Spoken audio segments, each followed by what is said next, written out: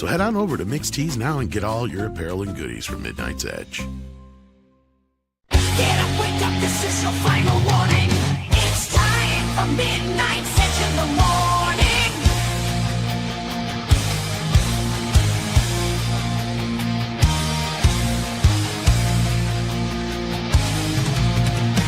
The gang is ready to go and it's time for the show.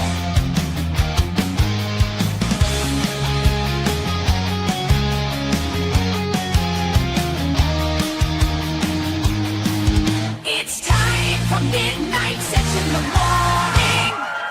Now there's a lick you didn't hear too much in the movie, and I don't understand why. It's like you bring Brian May in, and where's that lick? Anyhow, good morning, everybody. Speaking of licks, Paul's here licking things, as usual, and I keep telling him not to, because he doesn't know where it's been. But that just seems to be the reason why he wants to do it. So don't do that to a 9-volt battery. It's shocking. He'll do it. Oh, no. He's got one right there. Watch. Oh, no. I'm pulling out the 12-volt car battery. Oh, no. Also, no. Don't do that. Please. Morning, Paul. How are you doing today? Other than electrifying. Beautiful day. Went for an early morning walk before the heat kicks in. So we've got a hot June so far. It is. It's warm. It's only 73 at least here. I can't complain too much, but it's overcast. So. Lots of sun. Yeah, we don't got much sun today, but good morning, and hopefully it's a good one for you. And we also have joining us Mr. Culture Casino, beardless as usual. Hey, I should say. I'm not usual, unusually unbearded. I'm just glad to be here. Okay, I'm just glad to be here, and I think we're going to talk about the box office and maybe different movies we may have enjoyed or not enjoyed. So I'm looking forward to it. It's going to be an interesting conversation. We also have Chris Brawley of this guy, Bleeding Fool, news guy. Morning, gents. That's what I used to call my ex. News guy. No, Bleeding Fool. Oh, okay. Oh, boo. Well, that's why she's your ex. Oh boy. He, she. I'm assuming she. They. Yeah. I'm only 25% gay. Okay. It's Paul that's like 50%. Yeah. What? He's like 49.999, so he's not quite bi. I was tested this morning. I'm 0% still. So. Are you? Okay. A running test came back clean. 50-something years. It's crazy. Oh well, that's good. And Andre, how are you doing this morning? Yeah, I'm doing good. I'm totally not gay. So yeah. Totally. Super straight. Totally He's not super gay. straight. He's super straight. That's I swear, I'm super straight, guys. Well, that's we shouldn't be talking about that during. It's Pride Month. So. Yes, No, we should. it That's is the not. exact time you should talk about it. No, but admitting your straightness is racist. Oh, It is. Oh, it is yeah, not, it's- well, it's yeah. it's Okay. Well, It's not well, good, well, you're a right. number of gay men have hit on me over the years. So that means you're a There's good looking that. dude. it's that luxurious pompadour hair you have, sir. well, thank you. So yeah. I'm all I have to say is actually technically June is now officially Men's Mental Health Month.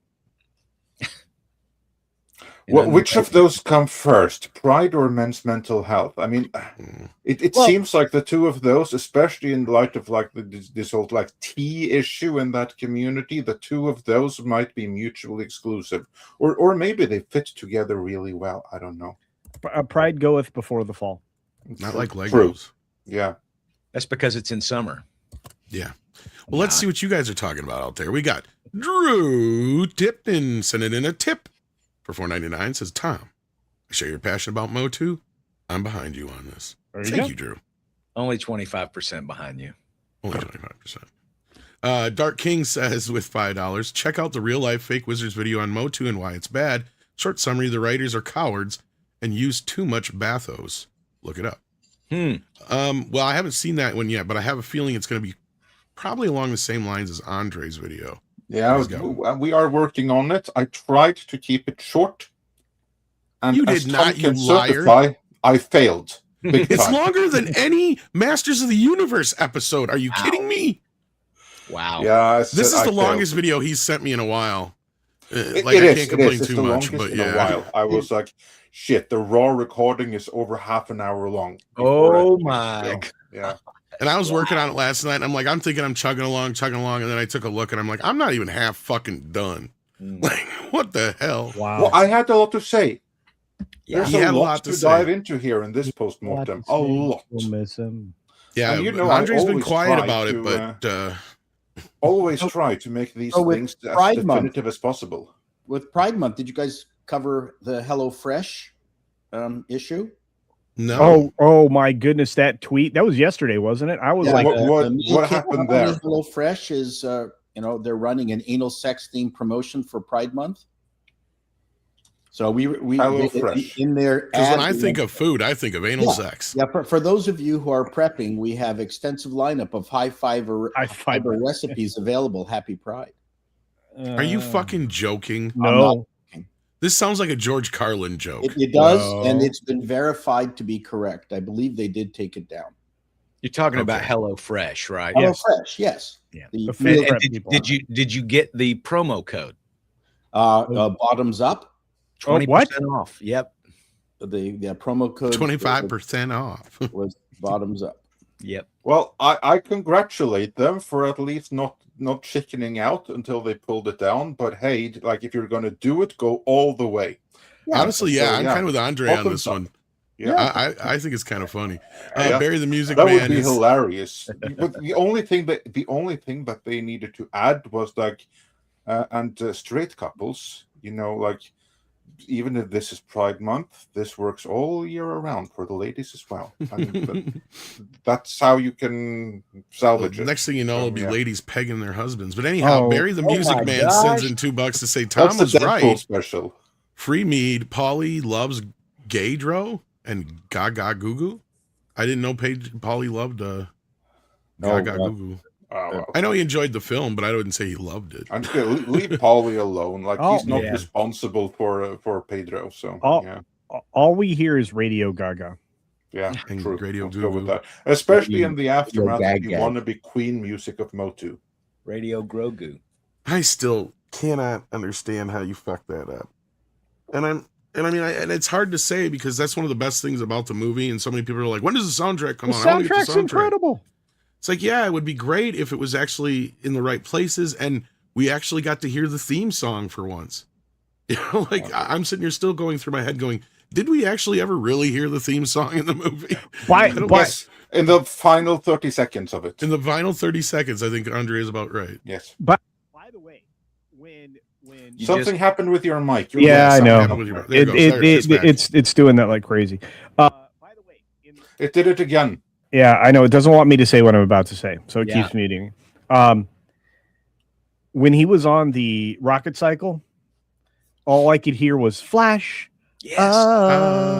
Yeah, and I was like, I don't care what the soundtrack is at that part. If I'm doing a fan edit of that, that's what I'm putting in the background. For You that. know, I was thinking about that very thing, Culture, a Yeah. Flash Gordon movie. Okay. If Yeah. I were a long time, grew up with Flash Gordon, love the stories, love the Yeah. strips, love the old serials. If I had seen that movie, I might have been disappointed.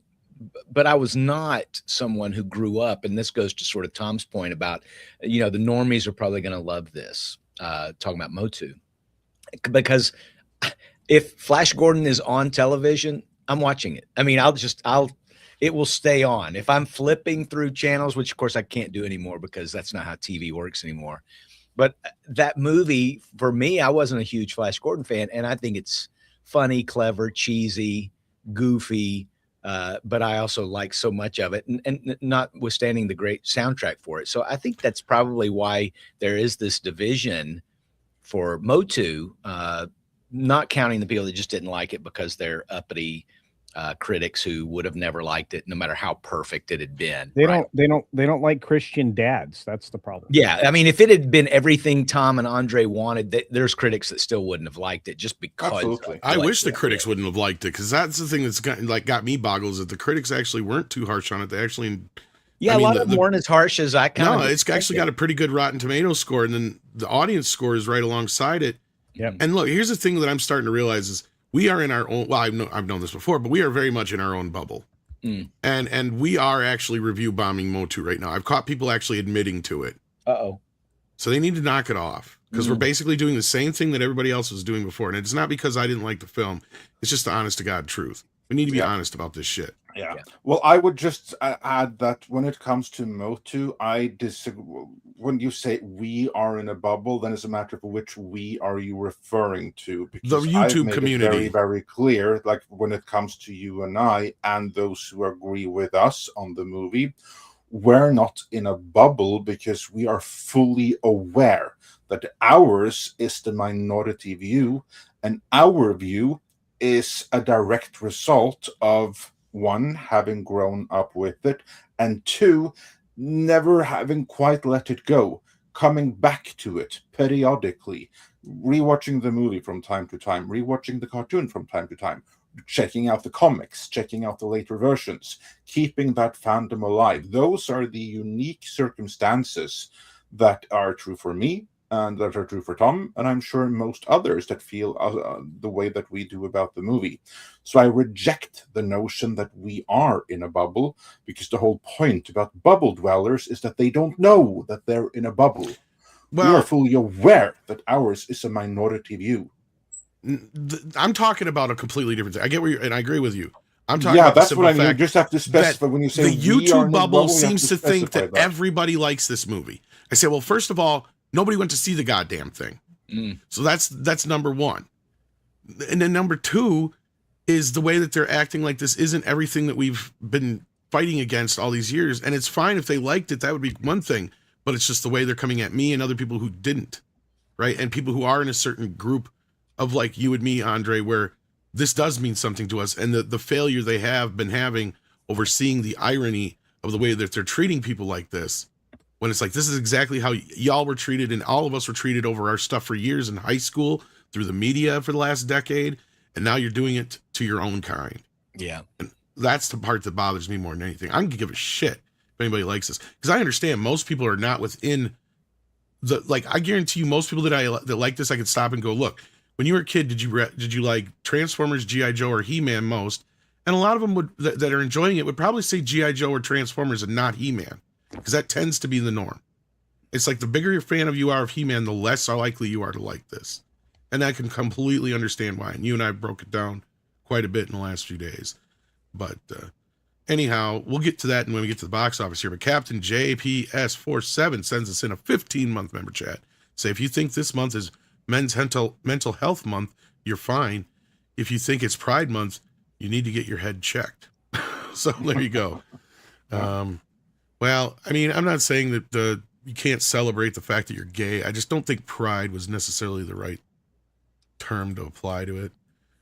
Well, I think it may have been to begin with, but the movement has become co-opted. And well, not just that. It's like, who yeah. isn't gay now besides Paul? Because he's only 25 to 50% like me. So, oh, you're 0%. You're right. You got the test. You told me. Super straight this morning. Yeah. Super straight. I have identified with the no ID people in Los Angeles of the 25,000 that suddenly voted against Platt out of nowhere. That's who I saw some stupid. You're shit non-primary.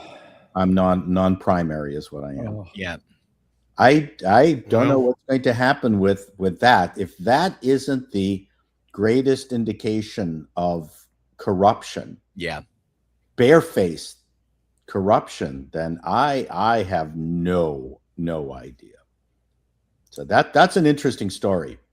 I don't fully understand it, but it's bizarre. Well, Soul Nightmare says, look down on the ground. It's a turd. It's a stain. No, it's Masters of the Universe. MOTU was supposed to beat Mando. And now a different strong sword-wielding blonde in a skirt will beat them both. That's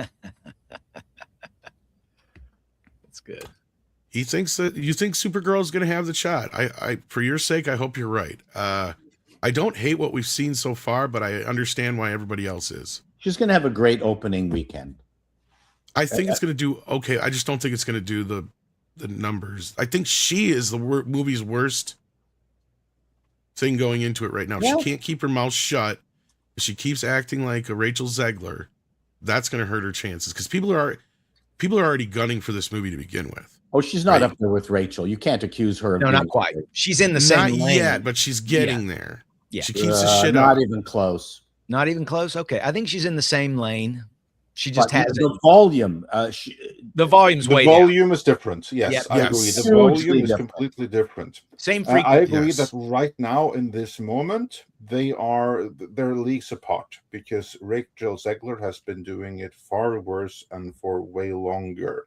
But Supergirl, she did a pretty good attempt at catching up, which tells me that the marketing people at Warner are in need of being fired, let's just say, because they needed to manage that variety interview much, much better, because it was a complete and total disaster that went viral in a way I haven't really seen comments go viral before.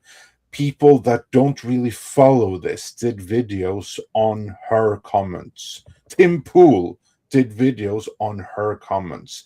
That is how insane they are. And to me, personally, I saw what she said, like people, we have like different experiences in life, right? We've seen different things, capable of recognizing some things. I recognized her as on the cluster B spectrum because I've seen those exact freaking words before. Those when she was describing what acting meant to her and the level of victimhood and her own dysregularities, and like, this is a cluster B talking.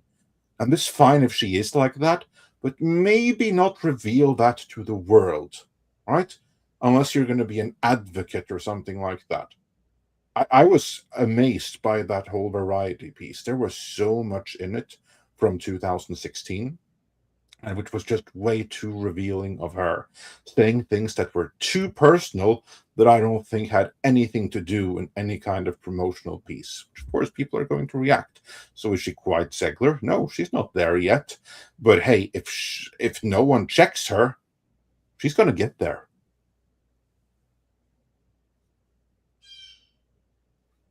Yeah, I agree, and I think she's going to hurt the film if anything. But not that I think the movie had a lot of chances to begin with.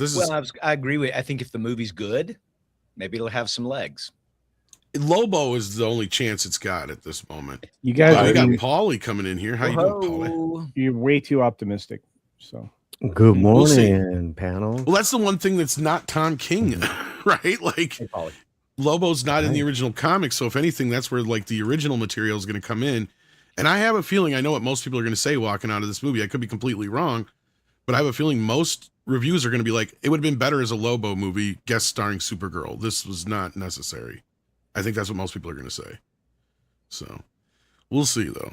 But I think the desperation is being seen now by people who are on X or any of the other social platforms, because they're pumping out clips of the film like crazy in an act of desperation to try to, is it really desperation or is it just the normal machine? I think it's both. Did you see the arm wrestling where she breaks the guy's arm and suddenly? Yeah, that scene drags on forever. Somebody compared it to the deleted Captain Marvel scene where she is kind of a villain, where she kind of takes the guy's motorbike and it's not heroic. Yeah, you know, why did you break the guy's arm? Right? Male. Yes, it was a terrible scene. Yeah, I agree. I think it's the wrong scene to have released. What the problem, I think, is there's just become such a cynicism, and I don't know if we feed into it with, our commentary, but there's such a cynicism in superhero movies altogether. I think maybe Superman tried to get away from that with a little bit more of a hopeful, away from sort of the Zack Snyder grit and grime, but everything. Just if I'm reading the book by its cover, obviously, and the little samples that we've been given for Supergirl, but it just looks completely cynical again. I don't know what you guys think. And again, our opinions have been largely shaped when it comes to superhero films by the fact that they've all been efforts to deconstruct superheroes and tear them down. So yeah, we're going to be cynical in our approach to every one of these things, and we aren't going to trust them going in. The audience doesn't trust them going in, which is another reason why I don't think you're getting the kind of openings that you would expect from material that, 10 years ago would have been banging it out of the park. You think maybe it was Iron Man 2? I'm sorry. Go ahead. I'm just gonna say, really quickly, I just realized I didn't say Happy Pride Month, and I support Chato's time with this transition. I'm insulted. I'm insulted. You should be insulted. I support you, Chato. I support you. He's an ally. I'm an ally. I'm an ally. Hey, I've got gay family members. I don't care. Some of your best friends are black. Yeah, they are, and some of my family members are black.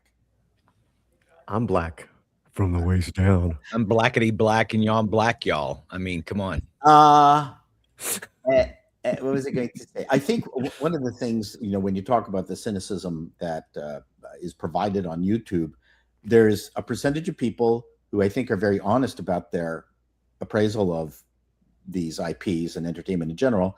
And then I think there's a huge number of people who are cynical just because that's what gets the numbers. Yeah. And it's just the nature of YouTube. It's one of the things that there are days where I just don't even want to do a video because I really hate the platform. Yeah, I agree. I don't know where it went wrong. I think all of these movies, like you mentioned, the superhero movies culture, there were plenty of superhero movies that we loved. Like I didn't go to see Iron Man and go, oh man, what, this is bunk. This is bogus. This is ridiculous. This is, what were all the critiques there? And I know that Marvel had a real good run for a while. For me, honestly, I didn't like Man of Steel. I thought Man of Steel was pretty. I don't want to sit and relitigate all that stuff, but somewhere along the line, these movies kind of lost their way or their momentum, and I think started leaning into sort of this grimy, cynical, this to me, this looks like a cross between Thunderbolts and Guardians of the Galaxy 3 or something. So, it's going to entertain some people and good on them. I just don't know if it's going to have the box office oomph that DCU and Warner Brothers needs to keep this thing going. Especially when they're going to follow it with Clayface. Come on. The convergence of the ultra critical along with bad product. It would be really interesting to see if, let's say, these franchises were not completely destroyed. That it would have gone through some, slightly mediocre moments, but then some high points along the way. There's been no dip. It's just been this arrow going down. Yeah. Well, but then you have your Grace Randolphs and John Campias. There's plenty of shills out there that are just, oh yeah, it's glorious. It's I don't care about them. I'm talking about the actual product. So if the product actually had a natural life cycle, run by competent individuals, and had its ups and downs, and never were completely destroyed, would YouTube be a source of the same amount of cynicism? So chicken and an egg thing.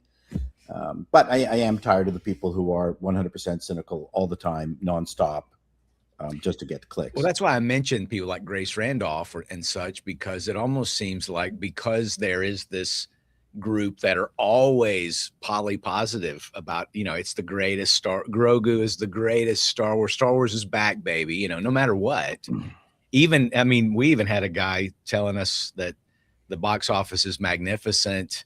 It's not losing any money.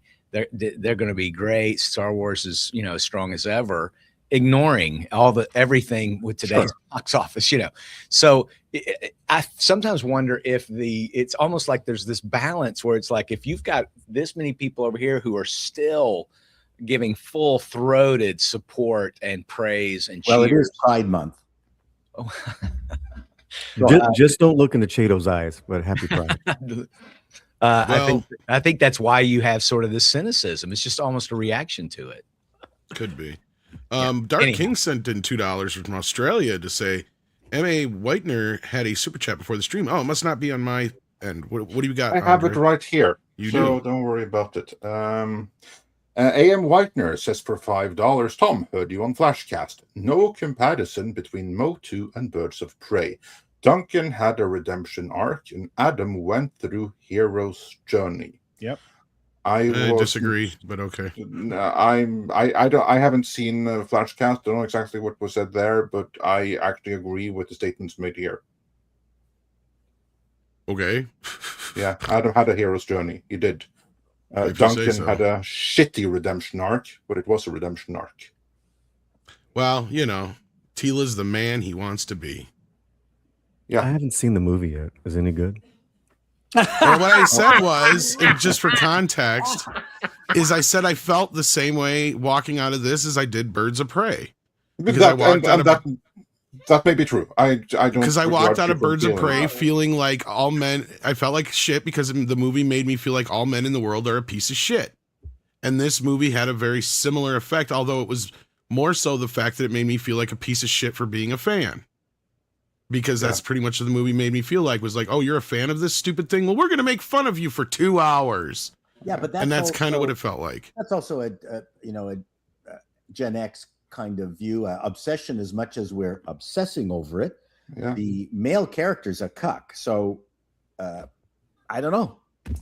I don't begrudge you for feeling that way. That's fine. But Adam did have a hero's journey. It's a shitty hero's arc, but I disagree mostly with the Duncan thing, because Duncan, they did not have to do this to. Because your video you're coming out with is correct, and I agree with this assessment that basically there's 3 toxic males in this movie. Yeah, 3 of them. There's Skeletor, there's King Randor, and there's Duncan. And that's what I have the main problem with is Duncan. Duncan should not be in this position. Duncan can fail, but not because he's too egotistical and toxic. He's a toxic male, which is exactly what the movie is presenting us. He should fail because he somehow gets tricked, right? It's not that hard to do. All you have to do is have somebody who's infiltrated the kingdom via Skeletor. And they did it a million times in the show. And that moment in time, then you realize, okay, shit's hit the fan. And then Duncan, all he can do is save the king and queen and Adam and Tila, but he fails at that too. That could be one thing, but you don't send him down this spiraling fucking thing, because he is one of the key pillars of why Adam is who he is.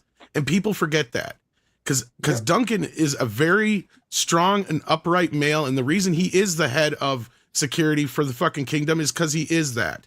And they trust him to take Adam under their wing and teach him how to be a man. See, that's the thing. And I don't like that about this movie.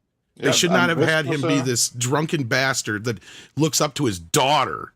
Yeah, well, this was the creative choice they did to further the message that the women in charge of this production wanted in there. More on that in the video to come. But let's move on here. We have some box office we need to get through. We only have some panelists for a limited time today as well. So let's get into We got a few more super chats. So we save them for now?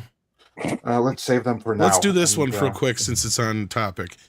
Drew Tipton says, so after a decade plus of gay MOTU memes, they released the movie on Pride Month. I know. Don't think that was lost on me either.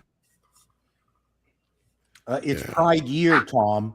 But no one's showing up for this film, though. From it. We're going to talk about that let's get to the box office. Get into that when we get to that. I'm trying to find my video, okay? Jesus. You've had all weekend to find this video?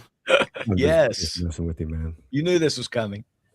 Take it easy, Francis. So, scary movie, even though not many people in our sphere are talking about it. I think this is kind of what I was getting at more so, Andre, is like everybody's talking about MOTU, but nobody's going to see it. Yeah. But everybody else is going to see Scary Movie. Yeah. We do have at least one person who has seen it here, though. But indeed. We're about to let culture lead charge on the box tip. I just want to say, like, this is what we've been saying the whole time, that Scary Movie was going to kick MOTU's ass.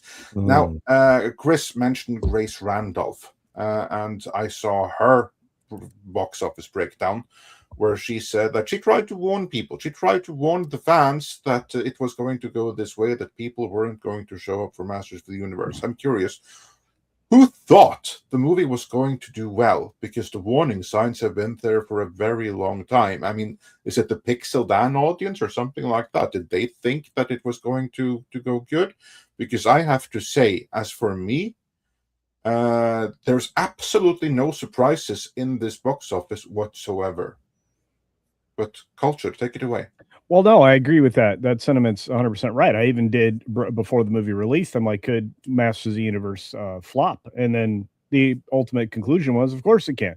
It's not the marketing was terrible for the film, but Scary Movie fell into the audience that they were looking for. People showed up for an established franchise looking to laugh and enjoy a horror parody, and they got exactly what they this was a film that you knew what you were getting. So People showed up the first weekend, and while it's only 3 days in release, according to the numbers here, $55 million is good money for this film. It didn't cost all that much. And then you have Masters of the Universe with a $200 million budget that only pulled in 30. Look, I know Amazon can say, look, this is a streaming property for us down the road. So before we get too far away from scary movie culture, not to interrupt, I just got to say, we got to point out how, even though Paul didn't really care for the film and some other folks who saw it didn't care for it, we have to bring up the fact that this thing was made for under $40 million. And it has fucking movie stars in it. Yeah. And it made almost all its fucking money back in one weekend. Take note, Hollywood. Now just make them better. Yeah, I'm just like, don't give them too much credit, Tom. Still no. I haven't seen the movie yet, and I've seen some people who actually liked it. So, and Paul, I will say this about you, Paul. I love you to death, but you're probably a little too old for scary movie. But I do respect your feelings on it because you are a comedian, right? So there's that double side of it here. But I've talked to a few people who are more appropriate for the film, and they enjoyed it. Sure. Okay. Well, the way-ins are widely separated from this franchise from in time, so I think they are a little rusty. But that's something else. Well, and another thing I was talked to when I talked to somebody who enjoyed it, they did say that you have to be pretty well versed in a lot of these horror films that they're making fun of for you to get and understand a lot of the jokes. That's always been the way it is. And what my point was I don't know if Paul's seen all those horror films. That was what I was going to ask him. Films. Exactly my point. But the point I made in my review is that the echoes and the themes and the, let's call it, memes of the original scary movies, especially 1 and 3, which were both fantastic, and I would enjoy watching them now. So I don't know what age has to do, but just that you don't follow those were funny movies, and the horror movies and genres that they were sending up, it was something that everyone knows about, whether they saw it or not. So movie 1 sent up teen horror movies. Number 2 sent up haunted house, Amityville horror movies. So you didn't need to see any of the movies that they were making fun of, and certainly 3 made fun of The Exorcist, and if you never saw the movie, it was iconic.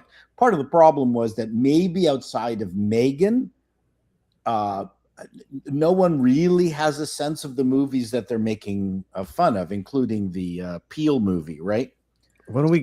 That's part of the problem. Oh, I'm sorry. Why don't we finish the top 10? We have culture for like 10 more seconds. Sorry. Let's do that. No, you're pointing out everybody's making great points today before we even got to the box office part of the conversation. Look, nobody here is wrong. Everybody's going to have a different opinion on all of these. Look, Masters, like no one's objecting that it's a $30 million budget and they've already made $55 million. I'm not objecting to that. No, and it's going to go on. I just wanted to point it out. It's going to go on to earn more money. So, where it stops is going to be really the delineation point of whether it's a success or not. I'm going to point to the fact that this is likely to be an overwhelming success, and we're going to get more of these films. Masters of the Universe is still likely to get a sequel, albeit one that probably only lives on streaming, even though it didn't perform financially. And as I was saying before, because they're a streamer primarily. And in this venture with these 13 films this year, and I think Polly can speak to that, they're releasing 13 films into theaters in 2026. This is the big experiment for them. Netflix has roundly rejected the idea of theatrical releases, with the exception of Narnia, and has told directors, if you are looking for a theatrical release, maybe we're not going to work together. So there's a big difference. But Backrooms is still performing well. Consider this. This film fell 68% in its week over week numbers and still earned $25 million. That's ridiculous. And yep. 4 movies making $25 million at the weekend box office is actually very impressive. Well, I think it's good. I think we're having more films finally coming out. I'm not saying they're all great, but it does show that people are willing to go to the movies. Well, we have a diversity of films. That's the beauty of it. And a lot of them are not sequels or reboots or remakes, even though the first film on the You know, the number one movie is technically a sequel. Don't get me wrong. But, I mean, we've got a lot of films in there. Back Rooms, Obsession, The Amazing Digital Circus, Michael, Breadwinner, you know, Pressure. They're all original films, and they're not based on IPs. I mean, I guess you could argue Michael is kind of, but I mean, no. That being said, go ahead, Paul. No, Michael is original. Yeah, I mean, it still counts within both realms, but I mean, yeah, Masters of the Universe is number 2, but frankly, unless Amazon's got some major backdoor deals with fucking Mattel and shit, yeah, because they're claiming this is a success, I don't see it. I mean, I get it on the level of what Andre and I have talked about many times over, where like, yes, these are basically just paid promotional things for Amazon, and I've heard as long as they cover their promotional costs, then they're fine. But they sunk a lot of money into this shit. I got to imagine they spent $200 million just on advertising alone. Oh my gosh. Yeah, this has got to be a very. That was your cue, Culture. But yeah. No, I just I'm looking at. I do not know what's happening with my mic. I'm going to get really angry in a minute. You hear it when it happens, though, yeah, right? I do. Yeah. So as I look at this over and I look at obviously The Amazing Digital Circus, the last act. This is the Jackass guys doing their last thing, which is probably good timing because I don't think they could take any more of this punishment. But hey, yeah. This thing was already printing money. You have Star Wars. When we get out of the top 5. Then we start to have conversations because Mandalorian Grogu's been out for 17 days, and it earned $10 million this weekend after falling almost another 60%, and it has 155.8 million domestic earnings. Now, the international earnings I think are along the same lines. We could look at them if we wanted to, but my problem is I don't see this running out the road very much longer. I don't think it's going to have the legs that it needs to get to the it's dead. $600 million. Yeah. And that's a concern. Whereas Michael is closing in on almost it's over 800 million worldwide. It's almost 9. It'll be 900 this weekend. Allow me to have my blow up for the moment. Okay. Lionsgate, you are a bunch of fucking retards. You got a movie that's still making almost $10 million every fucking weekend, and you're putting it on streaming? Shame on you. Shame on you. And then we're going to get to something that I think, like The Breadwinner, that had the unfortunate situation of being a micro release initially. I think a lot of these films that open in 1, 2, or 3 theaters are really sacrificing their future. Other people don't have to agree with that. The weird thing about The Breadwinner is I can see it in like 5 different theaters, and I don't even know what the fuck it is. Because like all my little podunk theaters got it. Yeah. It must be a cheap deal with the distributor. And then you have the military history film Pressure. And then you have The Devil Wears Prada, which I'm going to say, and I said in my video that I dropped today, this thing has not only a remarkable set of legs, it is still performing at 2.8 million. So the top 10 kind of is where you delineate, overall financial success, unless you compare it to what the budgets were. So Sheep Detectives is still doing okay.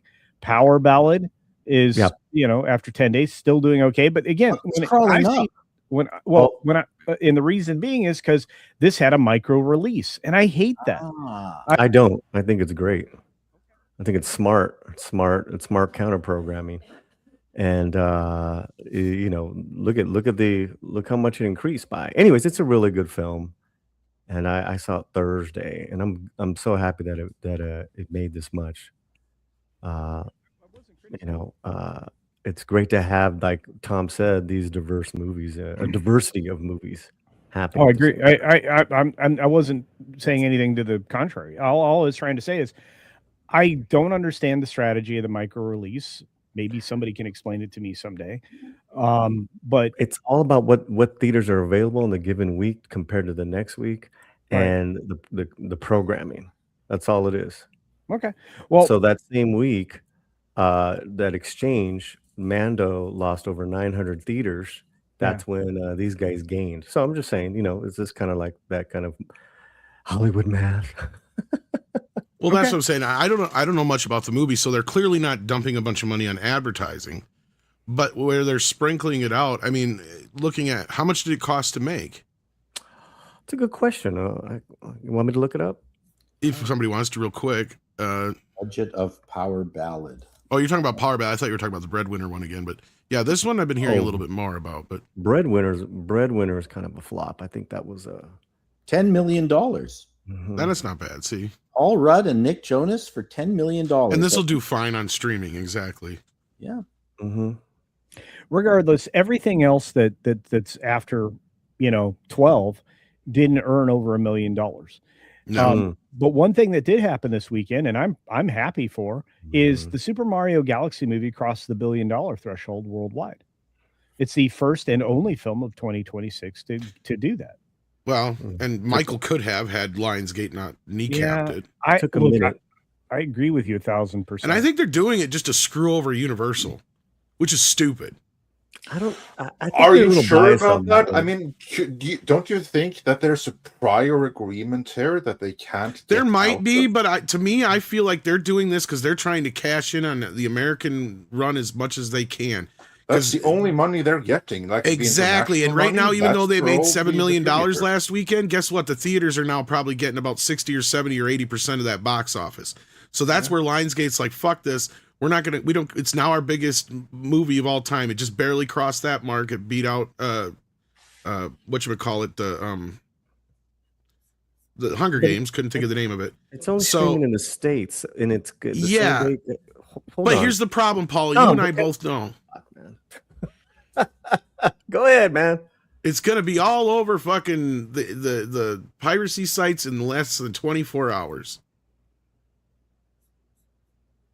It doesn't matter what country you're I think it'll still hit 900, and I think their strategy, and they know this too, they know about piracy. I think they're just figuring, their internals are saying, look, we're going to make a big spike of money that we want. That's what I'm thinking. That's what I'm getting at. I think it has less to do with anything contractual other than they're looking at cashing in while it's still hot. Well, 900 million is nothing to, cry about. That's a great number. No, but Michael fans wanted $1 billion, but yes, they're going to keep it from getting $1 billion. So that's your complaint. Unless Japan comes out for us. Sorry, Paul, go ahead. Completely disagree, guys.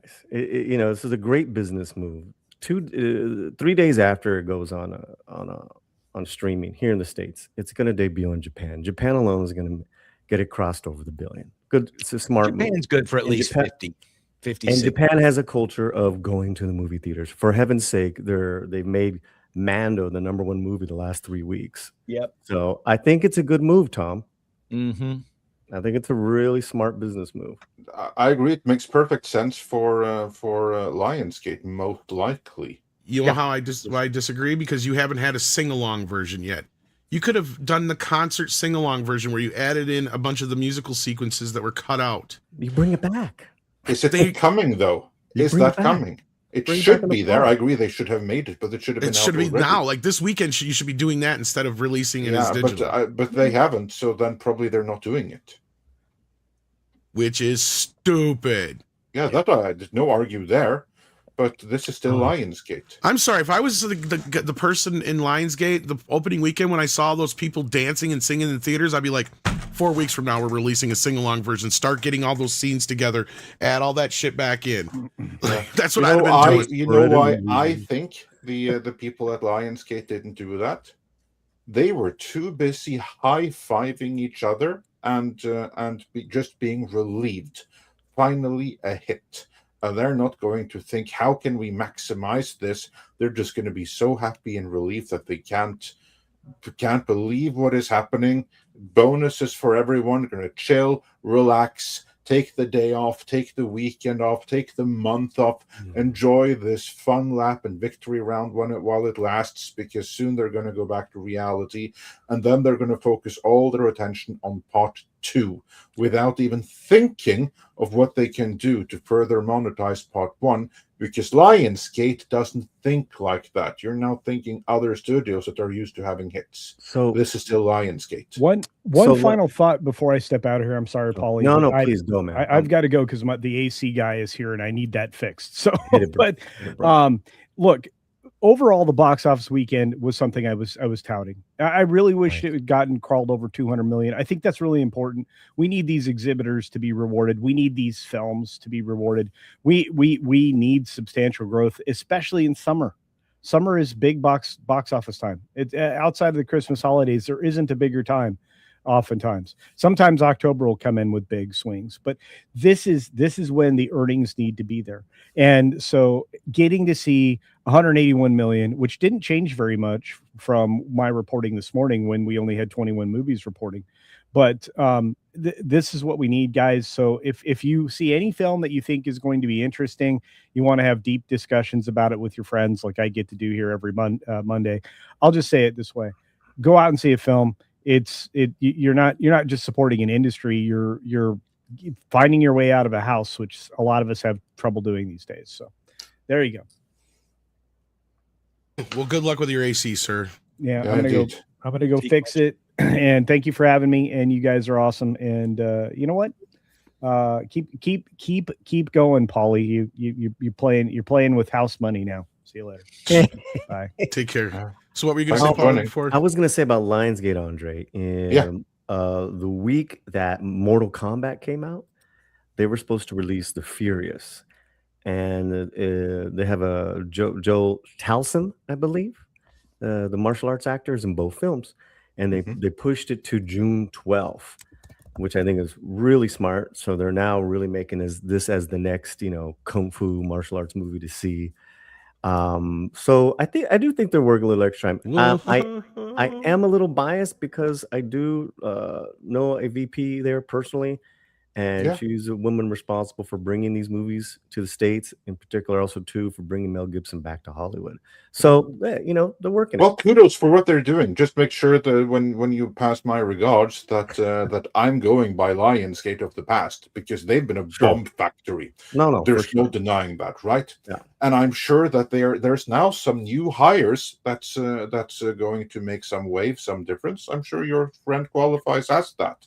But when it comes to monetizing a rare hit, we haven't seen Lionsgate have a culture of doing that. And lo and behold, with Michael, where's the sing-along version? Which again is a bonus, and you need some executive to wait, I have an idea here, let's do this. Others have done this, but that is something that we like to see as obvious, but they're the ones that actually have to do it. Exactly. And we'll see, look, and people are pointing out in the chat, the Michael fans are a different group of fans than any other movie fan there is. So I'm not saying they still won't go to support it in the theaters this next weekend here. And they're also going to buy it and all that kind of stuff too. But the signal that will be probably sent to if it doesn't do well this next weekend in theaters, like let's say, because it did 7 this weekend, if it dips down to 1 or 2 million next weekend, that should be a signal for the studios to see, oh, great, we should not do that anymore. Because we just cost ourselves $6-7 million easily right there. But didn't they already extend the theater life? Wasn't it supposed to be streaming earlier? No, they never had a date announced. And so to me, and it's funny because it's just as it's ramping up to go into Japan, which I get it. Lionsgate has no investment in the outside the US side of things. And that's why I'm saying this is going to screw Universal in the end, because a lot of these countries it hasn't shown, like I get it. Japan's big with Michael, and I hope to God they show up. But I know a lot of these Asian countries are also pretty big with piracy. So, we've seen it how many times? As soon as a movie drops on streaming, it just falls completely off the list. I mean, the only exceptions have been like Project Hail Mary, pretty much, and that's about it. That's China more so than Japan. I know, and Korea and stuff like that, but still. Yeah. And I would also just like to add another counterpoint here, and that is something I don't know. I'm just as a general thing, because, Tom, I agree with you. If the goal is just to maximize revenue for the studio, you would do this and this thing. However, there's a matter of personal incentive. Who is to say that there is not some kind of incentive structure where if this or that movie hits digital within this or that deadline, there's a personal bonus for them. Then who the hell, they don't care what the studio makes if they have the option between personal bonus for this or that thing versus the studio making money. They're going to go with the personal bonus every time. We've seen that a number of times. For instance, that's one of the reasons why, or actually the main reason why Justice League, the Joss Whedon cut, wasn't pushed back when it clearly needed to be. Not Walter Hamada, but I forget the name of the executive. An executive that since got fired. He got the personal bonus from it.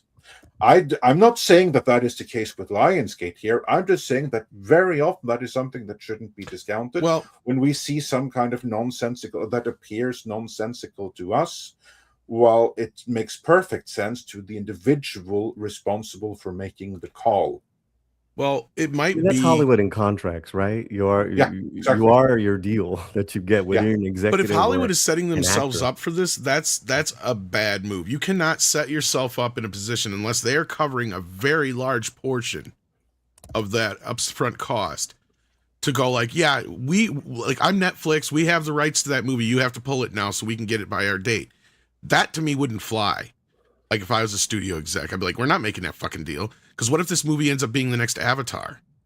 Why would we pull it from theater? See, that's the mentality they don't have anymore in Hollywood, and that's what I don't understand.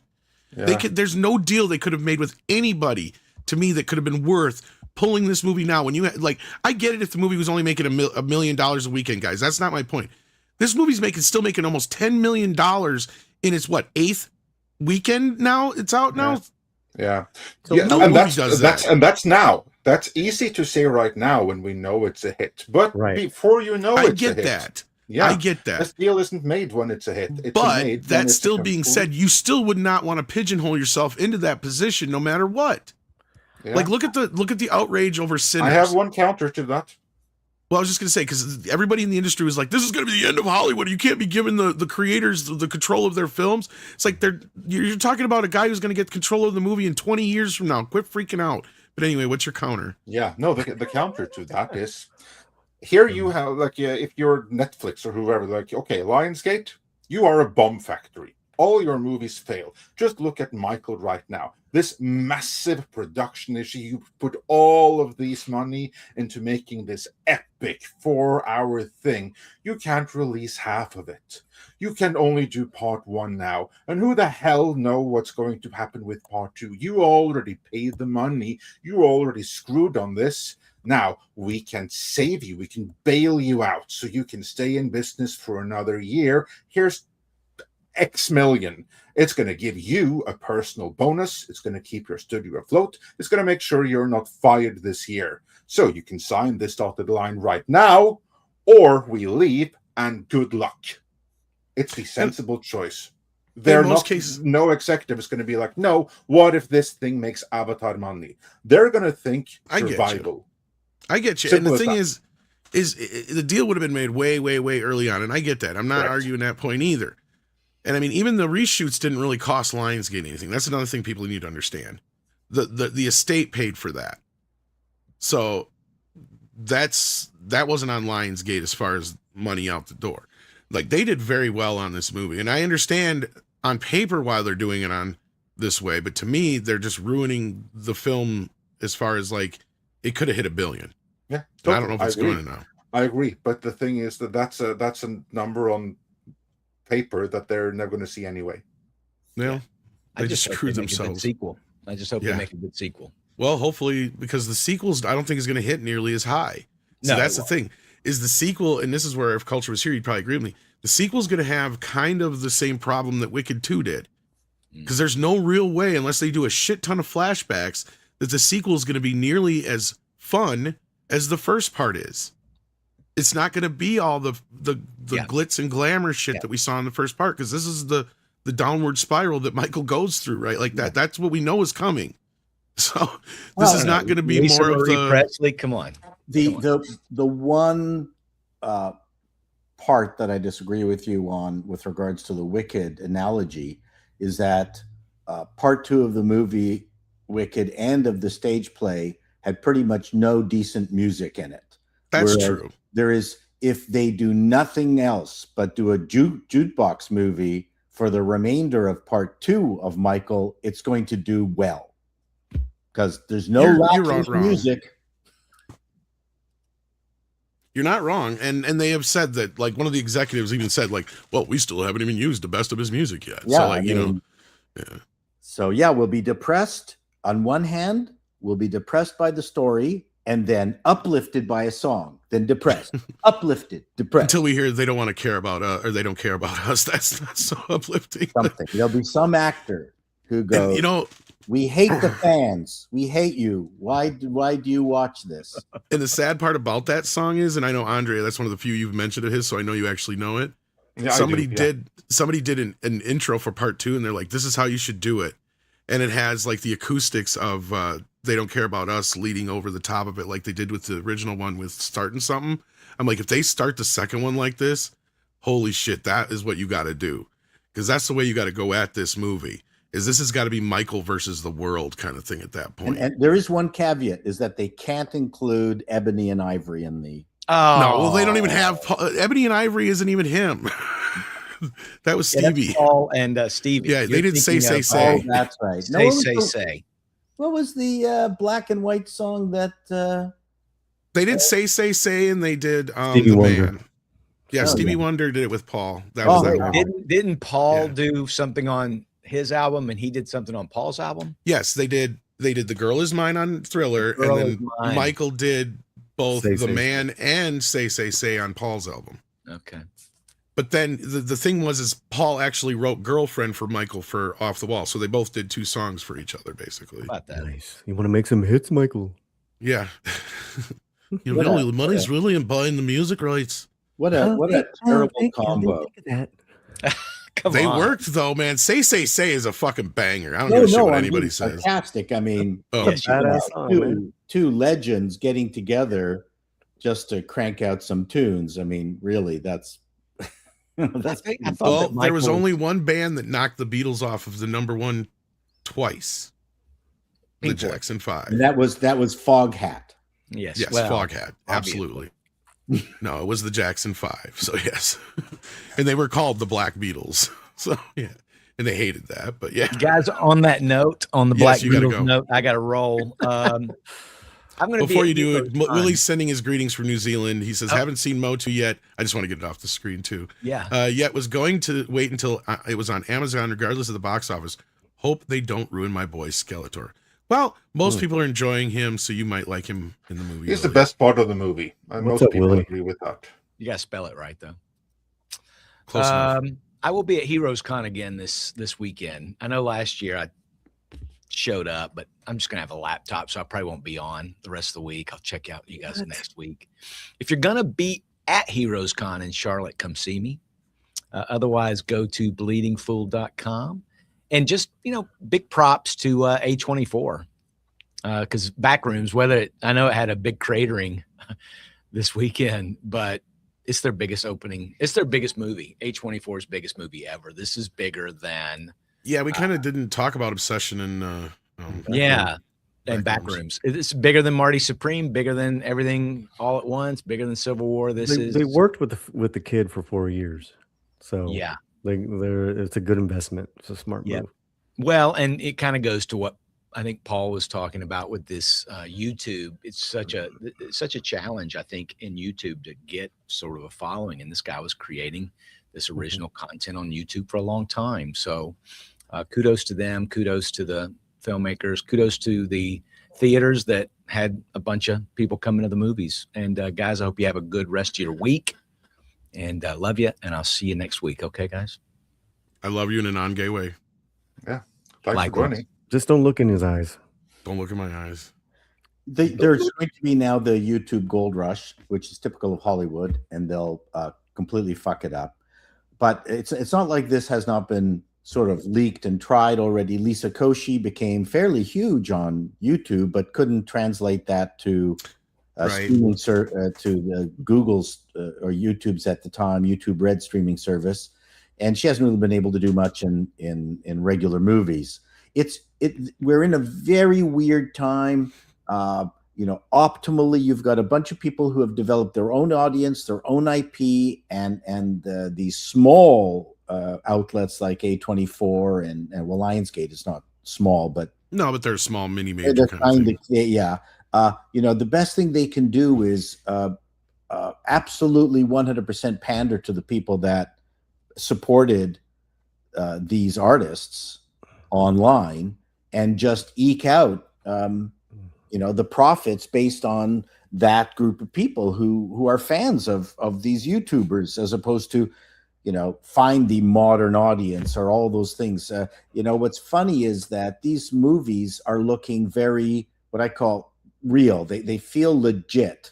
It's funny how Hollywood movies, even though they've always been manipulated, they haven't, well, apart from maybe Hail Mary, which felt very organic, and I didn't feel like I was Hollywoodized all the way through it. And I don't know if I'm explaining myself correctly, but there's just some movies which have a kind of sheen, and some of that is due to the digital photography, to tell you the truth. Where I'm just curious, have you seen both horror films yet? I don't watch horror films, but I've seen the trailers and they looked cinematically really, really interesting. I like them. I mean, your thought on them cinematically? Were they honest movies? My thought on both of these pieces is that what I love is that these young filmmakers are about storytelling, about themes of the human condition, and not themes and issues of the moment. None of that shit's in there. Whether you could take it as like this woman in obsession being caught in the spell, the whole thing, but that I give them props to. Listen, it's there's still kind of, for me, storytelling holes, cinematic holes, but like this is they broke the what do you call it, the cap, the seal off the cap, right, as far as an independent artist with its own audience, like you said, that Hollywood courted. Right. Okay. So our friend Alejandro, I was talking to him this week because, he had the film and this and that, and he's like, listen, and he loves those films. We're gonna talk about it with him. It'd be great to hear his opinion. He says the majority of us that do these independent films, like 90%, we go in debt. There's not a success rate. No. Right. So that's what's really cool too, to see these be now it's four of them this year. Markiplier, those two, and then the circus thing. Because that's why people are just like, oh, I should have gotten paid more, or what? It's like, no, you got your contract. You signed up for the contract, because odds are that movie was not going to go anywhere. Correct. Correct. This is, go to the next job. Yep. Yeah, use the success that this movie has given you to parlay that into personal credit. Yeah. Don't whinge about the fact that you didn't get more money, because the chances are 99 out of 100 of these movies don't make any money. So Amazing Digital, that's part of the 4 I was talking about, many, but they're Fathom events, so they're going to be gone, I think, by next week. But it's still, they crushed it. But these movies are also not trying to be cheaper versions of Hollywood movies. An awful lot of independent movies really rely on Hollywood tropes. These ones did not feel like that. I mean, I think obsession maybe a little bit in regards to. I agree. But what made for me that movie unique was Indy's performance. Oh, it's well made. It's and for what, $750,000. I say, bravo to you guys. But Oh, no, I just wanted to say, I mean, I'm glad to see the success of these guys, and it gives me hope. Mm-hmm. But again, I will reiterate time and time again, I need to see a Clerks and a Pulp Fiction before I'm going to say that, yes, this is the thing. Absolutely. Because I remind people of Blair Witch Project, right? Can't be all horror. Can't be all horror. Clerks is a really good example. I mean, it's not a fantastic movie, but it's a really good indie movie. That's what I'm saying. It's not a horror film. And it's a comedy, and it works, right? Like, it spawned a whole franchise. I don't care what. Have you seen the films yet, though? Me? Yeah, Obsessions. No, and I MEitM. haven't. But Oh, you need to see them because they're like I will they're not just eventually. one genre. That's the mistake too. It's not like Obsession's a little more, but it's pretty. It's pretty. No, but it still falls within that category. And this is what I'm getting at. Is like, I remember when Blair Witch came out, everybody's like, well, these kids are going to be the next thing in Hollywood. No, it's just the gimmick was. Right. Same thing here is like, oh, because everybody's talking, oh, is YouTubers going to be the next thing? It's like, they could be. I hope so. But I need to see more than just scary movies. I need to see a comedy. I need to see an action film. I need to see a full-on drama, something, maybe even a musical, right? Like something that's be above and beyond something that I could make in my own backyard, right? Like that's what it's got to be. Pulp Fiction and Clerks were those moments in the 90s where indies came alive because those were different movies that weren't horror or, you know, other B-level genres that are easy to make in, you know, in that kind of way, right? Like that, once I see a Clerks or a Pulp Fiction, then I'll be like, yep, now the YouTubers have made it, right? I hear you. Because Markiplier's one thing, like he has his own audience. That's what Paul is kind of saying too, is like they're bringing their audience and they're bringing in some other folks, but they need to go beyond horror or suspense or, you know, this creepypasta stuff or however you want to look at it. Once they bring me out a movie that's like Clerks or Live and Die in LA or Pulp Fiction or, you know, so I agree with you on that point as far as different, or even Blood in, Blood films, out or something like that. Yeah. But I disagree that they just brought their audiences maybe the first week. But what's crazy is the numbers gaining right up until this weekend. It went down. That's new people wanting to see the film. I think that's awesome. Yeah. And I think there still needs to be, I mean, comedy is the thing that I'm most concerned about. And I'm fascinated how unhappy comedy is on YouTube, that it just doesn't seem to be a genre. It's so hard apart from, you know, L.A. Griffey, people like that. Me, why don't they love me? Paulie, why don't they absolutely adore me? I'm trying my comedy thing. You know, the thing with comedy is, you know, the roasts seem to be incredibly popular. Yeah, because they're stand up. Yeah, but I'm talking about like that has an audience. Yep. I don't know if Gen Z has an identity with humor yet. No. I also wonder if the stand-up comedian can still I wonder if the stand-up comedian can even still survive in the day of YouTube, because it's a very different world. They're doing, you know, Ben Bernack, a Canadian comedian, has just exploded because of YouTube.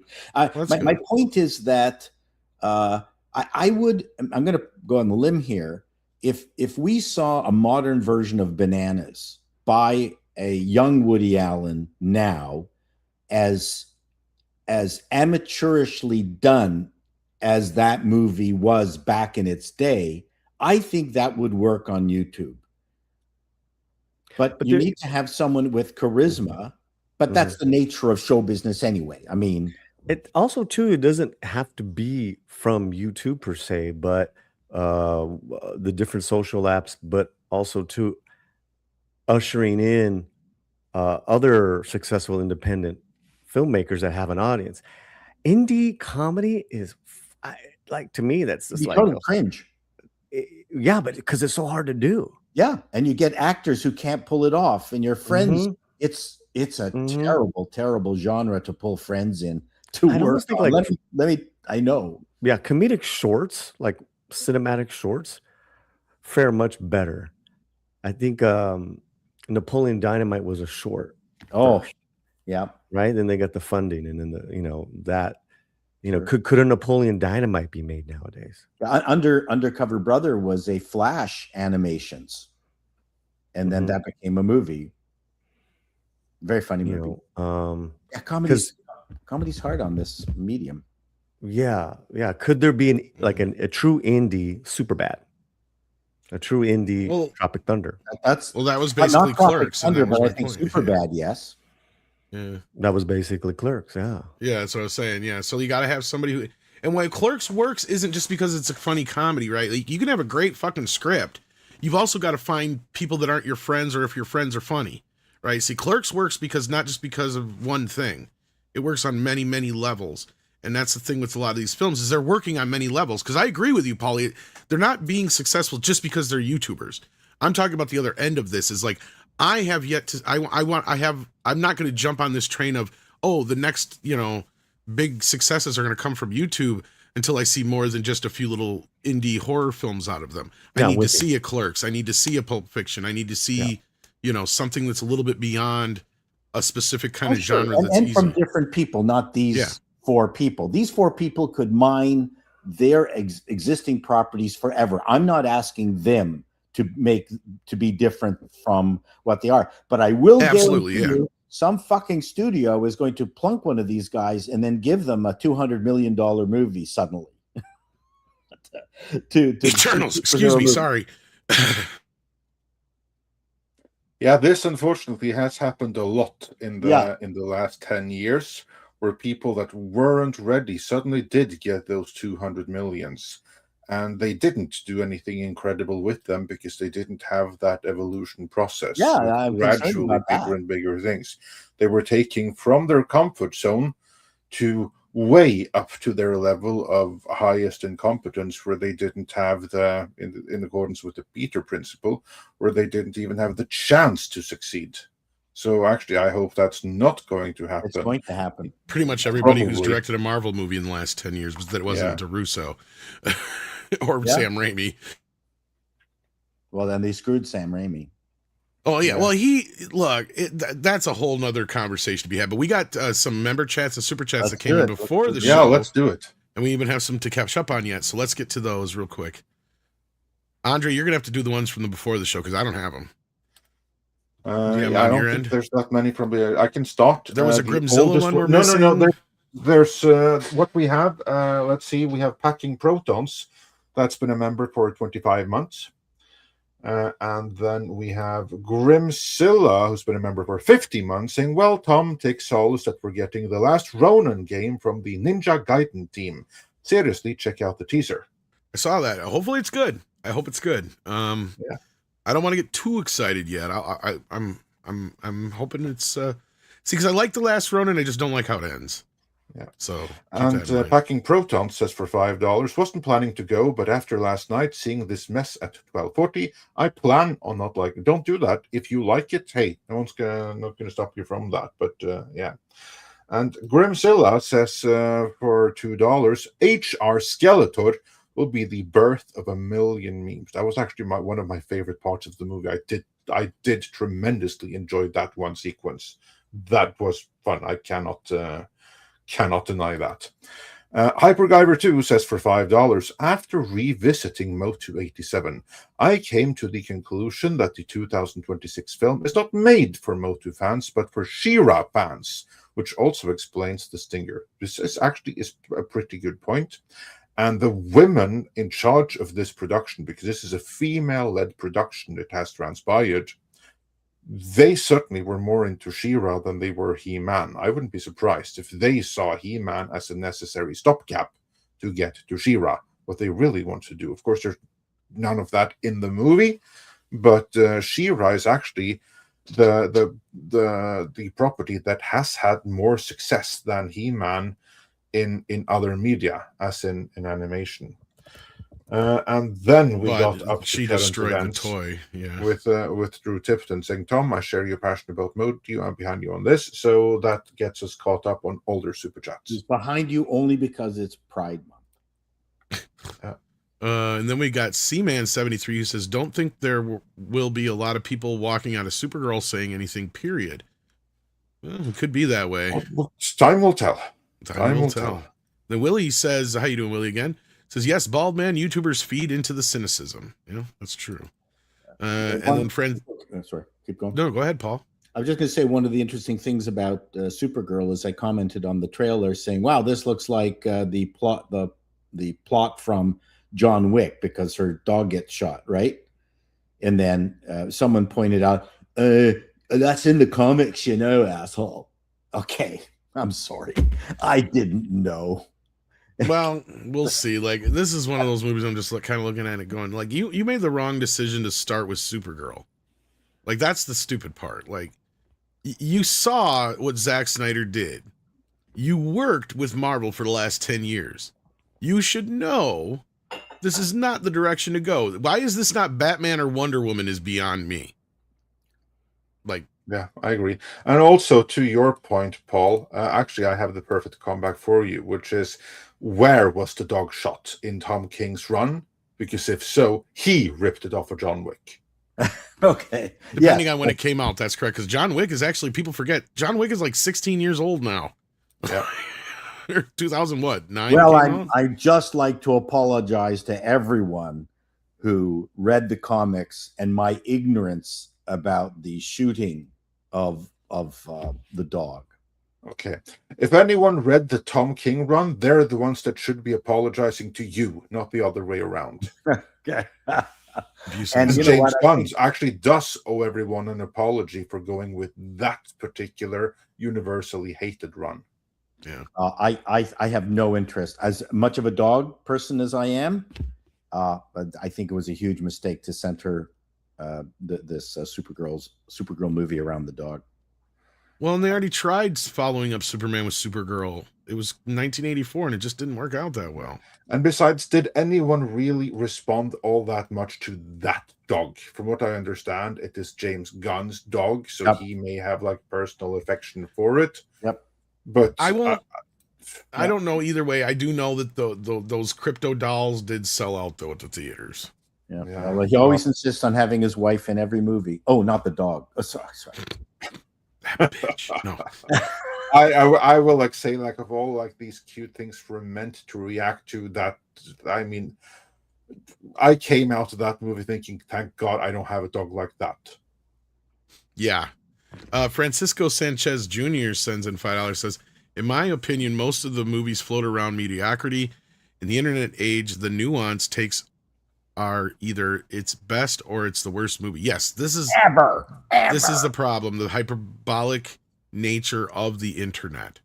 And a lot of this I feel like took over with Star Wars, because it was like every time a Star Wars movie would come out after The Force Awakens, it was the best thing since Empire, right? Like that kind of to me feels like the first time we got that. And then everything after Marvel was the one since Infinity War, the best one since Avengers. And so there is like this thing of like they're trying to like boast, and it does hurt the films at the end of the day. And I mean, I get it. Some of these critics and other folks are just trying to hype the film up, but at what cost? Because now you're basically trying to pretend that these movies are as big as films that have lived on for decades, right? I mean, we got to remember that we're as far removed from the original Empire Strikes Back as people were removed from Gone with the Wind when that came out. Right? Like, that's how far removed we are, or even King Kong for that fucking matter. Right? Gone with the Wind was the worst ever. It was the worst ever. Oh, sorry. Worst adaptation ever. But yeah, so like, I mean, yeah, here's the thing is you go through most years, outside of a few exceptions, 90% of the movies that come out are shit. They're just shit, and they don't live on. They have zero life past that year. Yeah, the Zack Snyder Gone with the Wind was horrible. Yeah, Zack Snyder's Gone with the Wind. Frankly, my dear, I don't give a damn. Now I'm going to blow your face off in slow motion. Yeah. That fight scene at the end of MOTU reminded me of Zack. Like, did they bring in Zack Snyder to direct this thing? But yeah. But no, you're not wrong. There is something about modern films that just doesn't, something about them. I don't know. I think it's the editing is overdone. You know, I'm going back to Woody Allen. I think it's maybe Annie Hall, where there's a terrific scene between Woody Allen and I can't remember the guy with the curly hair, and it's a long shot, and you can barely see them, but you can hear the dialogue. It's really crisp, and it's just him and Tony Randall. Randall. No, it's Randall. I know the characters you're talking about. Yeah. The two best friends. Yeah, two best friends. Mm-hmm. And it's just a simple long shot. The dialogue is crisp. It's very funny, and they're just coming towards the camera for oh my God, what seems like an eternity. Mm-hmm. And then the camera turns and pans along with them, and that's it. And just that locked off shot, and it's so serene, and it's funny, and it concentrates their comedy. No one wants to take the time on screen to let just something develop. Well, that's the refreshing part of these movies. Yeah, is that that's in there, particularly with Backrooms. I was like, man, this is this guy's really the production design. I mean, you're working with Chiwetel Ejiofor, or a legitimately great actor. So they had that in there, like it was it. What you're talking about is the confidence of just letting the story being told and let the camera sit there. It's almost like how they chop cut modern fight scenes. It's like you're not confident just to like let it sit back, and that's why the Fierce is really great. Fierce does that. It just that camera goes back and it just lets these guys go at it. What was the comedy? Is American Author? It's about a black author who does hoity-toity stuff and then finally decides to do ghetto writing. And American Fiction. Oh, the American Fiction. Yeah, American Fiction. I was say Stranger Than Fiction, but yeah. No one talks about that movie. It's one of the finest comedies of the decade. Like, seriously. I think that movie got hurt because of when it came out more than anything. Sorry, go ahead, Paul. No, cool, because we had a John Ortiz on the show, and we were, we had some insight with that film. I mean, which they did for Peanuts. Yep, right? I love that movie. It is, and it takes its time. There's no. And Cord Jefferson won the Academy Award, and he goes on the stage a couple of years ago, and he wins, and it's like, Hollywood, we don't need to make one $200 million film. We can make $45 million. Like he just kind of like what's been happening. So it's great. Oh, I love that movie. No one talks about that. I wonder why no one talks about that particular movie. Yeah, again, really I think shame and tremendously underrated. Well, it does really shame the DEI crowd. Well, that's one of the reasons why it's not being talked about. I was going to say, maybe because that is why. It's way ahead of its time. It'll probably be a movie that'll find its way eventually, like in the next 10 years. People will start talking about it again. It's a special movie, yeah. You get that once in a great while. I think it was the timing of when it came out. Had it come out 5-10 years earlier, or like now, maybe even it might have made a difference. But yeah, well, it came out around the same time as that horrible film where black people are your friends thing. I can't remember the title of it. It was one where they had to pretend to be nice to white people. Was that the Magical Society of yes. You know what? Yeah, the Magical Society. That was a great idea, but it was not well done. Yeah.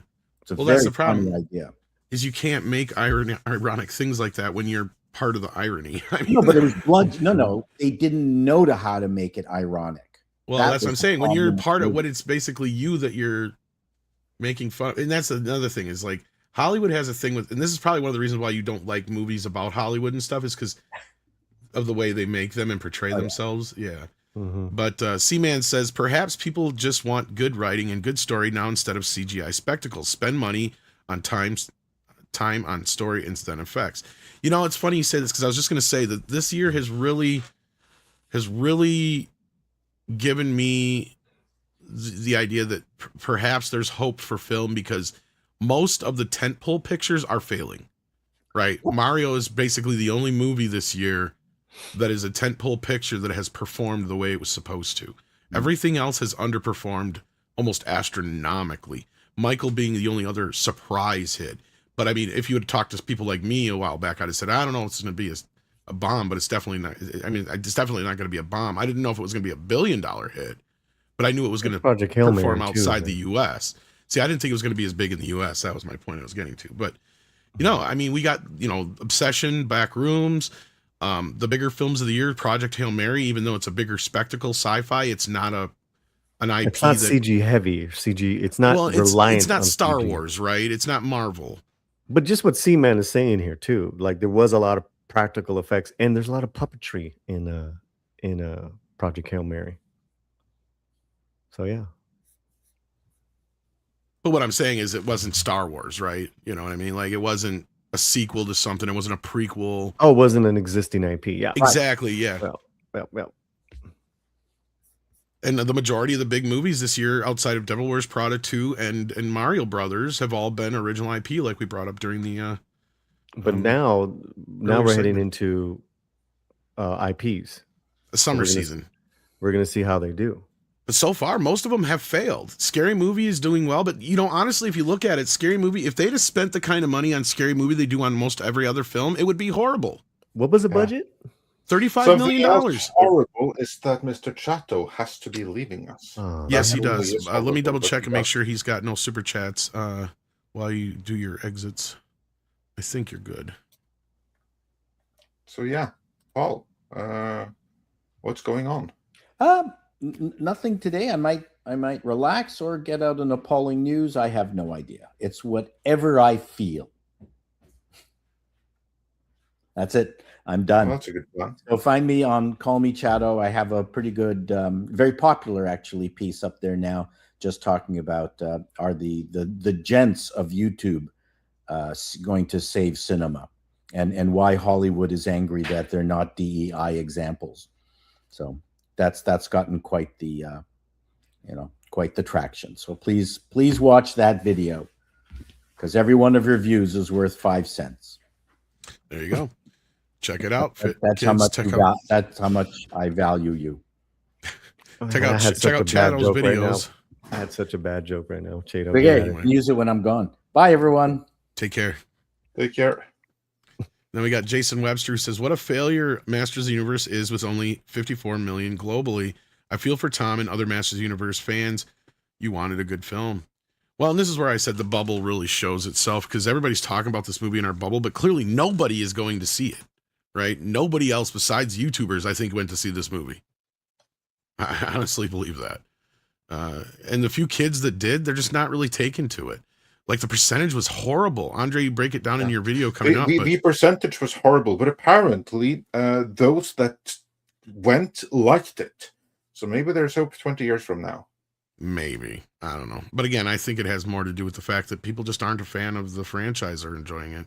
And the true fans just didn't go. And then there's the other sect of fans that, we'll call them the Pixel Dans or whatever the fuck you want to call them, where they're just going to like it just because it has MOTU on it. Right? So father and son that I train on the weekends, and I was with them yesterday, and they went. And they really enjoyed it. That's fine. And he's like, look, it had its problems, but I loved it. So I'm not trying to stop anybody from enjoying it. Yeah. Right. I don't think there's a lot of that audience. Like, it's not gonna be like, that's not gonna save the film, No, if they liked it, more power to them. I'm glad that they found something that, especially if like a father and son can bond over it. Hey, nothing is better than that. And I mean, I could say that with the positive word of mouth or whatever that has been said about it, it might help the weekend next, but it didn't help this weekend. No. And it had plenty of time leading into it. So I just, and there's more competition coming up. Once Toy Story and Minions hit, the kids aren't going to care about anything else. Yep. I mean, I know about Toy Story so much, but Minions, like every time I went to see Michael, don't count out Toy Story. I'm not going to count it out. Yeah. But like I said, there was only 2 trailers that would ever get reactions whenever I would go see Michael all those times in the theaters, because they had the same trailers every time. And it was always Scary Movie 6 and Minions. Those are the only 2 times that the audience would come alive, and the kids really dug the Minions stuff. Especially that last bit in the trailer where he takes uses the mummy's robe thing as a toilet paper or whatever. Like, the kids just, they lose it every time with that one. But no, I have a feeling that those 2 movies, and I agree with you, don't sleep on Toy Story. Those 2 movies are going to be the 2 movies that kids are going to want to see this year. What about this weekend coming up? Steven Spielberg has been on the press marketing, like they're making him like the focal point. I don't know if you guys noticed that. If this was 15 years ago, Paulie, this would be probably one of the bigger movies of the summer. Problem is, Steven Spielberg ain't Steven Spielberg no more. Mm-hmm. He hasn't done a Steven Spielberg movie in 20 years. It's like he forgot who he was. He's basically like if Pink Floyd decided they were going to up and go country in 1982. Like, that's where he's at right now. It's like, dude, you have not made a Steven Spielberg movie in years, and now you're going to try and make a Steven Spielberg movie? We don't care anymore. Mm. Like, I'd like to believe this is going to be good, but I've seen the trailers. Nothing really looks that appealing. It looks like Steven Spielberg trying to be Christopher Nolan. Well, we'll see. Or Denis Villeneuve. That's what it looks like to me. But do you think that the marketing, Andre, of them like focusing, like we're gonna have Steven up and center? He's been doing a lot of interviews and press. You think that's gonna help? I don't know. I mean, maybe in the States. I haven't seen, like, I don't know about the rest of Europe, but where I'm at, I've seen nothing. I've seen nothing. I see zero. And as for me, I couldn't care less. Yeah, there's like no buzz around. I don't know how. So maybe it's massive promotion in France, Germany, England. Maybe it'll be a huge thing there. I'm not going to count it out. I'm just going to say I don't think that Steven Spielberg is that big a name with most moviegoers today, because he is someone that, as Tom says, he hasn't been relevant. Like, of course, yeah, he's one of the greatest filmmakers of all time. Absolutely. One of the greatest. Arguably the greatest. Time. Yes. Arguably the greatest. However, anyone under 40, are they going to be like, wow, Steven Spielberg? Like, if you tell a random person who's 20, 30, 35, 40, ask any of them, okay, here, you can now see the next Christopher Nolan movie tomorrow or the next Steven Spielberg movie tomorrow. Hell, you can add in Villeneuve in there. You can see the next Dune tomorrow. Well, I don't think that Steven Spielberg is going to come out very well in that competition. You're right. I don't think that the name is going to hype anything up. And we've seen, like, several times, like we have, like, on X, like, that someone in the White House or something basically confirmed that there are aliens, and no one cared. Media didn't pick up on it or anything. No one cared, apart from, like, some Twitter bubble or something like that. But in the real world, no one cared. I'm not sure that this subject matter is going to sell, and I'm not sure that it being Spielberg is going to sell. I could be wrong. Could be maybe it's the next $1 billion movie. Who knows? I'm not counting that out, but I'd be surprised. Yeah, everything about it seems very mature without. Well, that's the problem. For an older audience. He has not been Steven Spielberg in about 25, 30 years almost now. I'm starting to think about the last time he's made a Steven Spielberg movie, and it was probably, I guess, Ready Player One, but even that one I don't count as, because he's too close to that movie. That wasn't even, that was kind of where he was going off the beaten path. Honestly, Lost World was probably his last Spielberg movie. Well, did he do War of the Worlds? Yes. Yeah, but I hate that movie. And he goes against himself for that, because he flat out, I mean, you can like the movie. I'm not saying you can't. I'm saying, but he goes against his own ethos, because he said he would never make a movie where the aliens are the bad guys. And he turned around and did War of the Worlds. Well, yeah. And that to me bothered me, because at that moment, that's kind of the demarcation point where he went from being the original Spielberg to what he became now. Right? Like, so it's just, he had this weird transition, and the problem is he hasn't had an E.T., he hasn't had a Jurassic Park, he hasn't had a Close Encounters, he hasn't had any of these kind of movies, or even the ones that he used to produce, like Goonies and Gremlins. He hasn't had any of those kind of movies in the past 20, 25 to 30 years that make him Steven Spielberg anymore. Right? I mean, he's as far as like sci-fi genre, I agree. I did love Lincoln. Well, but that's not a Spielberg film. See, like, that's my point. I just said, right? Like, I mean, we've come to this point where he's probably more well remembered now for Schindler's List than anything else. Most kids probably know him more for that than E.T. Because I brought up before, he was his own worst enemy with E.T. He basically kept that from the folks for so long that, yes, people know who E.T. is, but it's not as big of a property as it could be had he kept re-releasing it every few years. Right. Well, that was the thing, is he kept it in this vault forever. And he's like, I'm not putting it on video until, over so many VHS things are sold, and I'm never selling it to cable, and I'm not doing this. And now he can't even give the movie away. It's funny. And so with all that in the time that we're in, as far as movie and people want to go, they're going back to the movies every weekend. How's it going to do this week coming up? I don't know. And again, this is the other movie he's most well known for, right? Like, he's not known as Spielberg of the Close Encounters, E.T. Spielberg, Indiana Jones Spielberg anymore. He's known as the Schindler List Saving Private Ryan guy. Different generation, yeah. That's what I mean. Yeah, like this generation, if they have any attachment to him at all, that's how they know him, because they probably watched these movies in school. Mm-hmm. And I'm not even kidding, because I know my kid's seen him because he's seen him in school, and that's it, right? So he's kind of become like Ford and some of these other guys did for us when we were growing up. You know what I mean? Like, yeah, they may have been big during our parents' age, but they don't do anything anymore, and they haven't had anything in so many years that nobody talks about them anymore. You know? When's the last time you... E.T., it's basically has the MOTU problem. Yeah. But, and I'm not saying E.T.'s bad. Don't take that, and I'm not saying that people don't love E.T., and I'm not saying that kids can't like E.T. I'm just saying he has not nurtured it, just like they did not nurture the MOTU franchise for the last 20 years outside of that demographic that Andre and I are in, and that's the only reason. Those are the people that are basically going to see the movie, and that's supported in the demographics.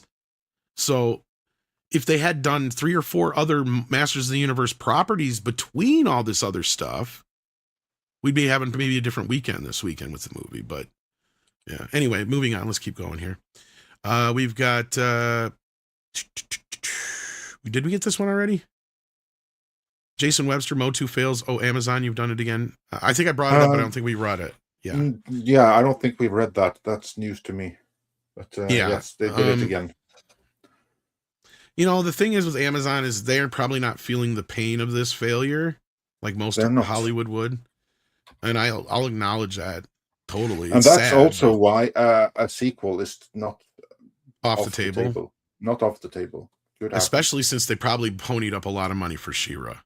Yeah, at this point, they're probably like, hey, we've already done all the development. It's going to cost us more at this point not to make it. You're probably not wrong.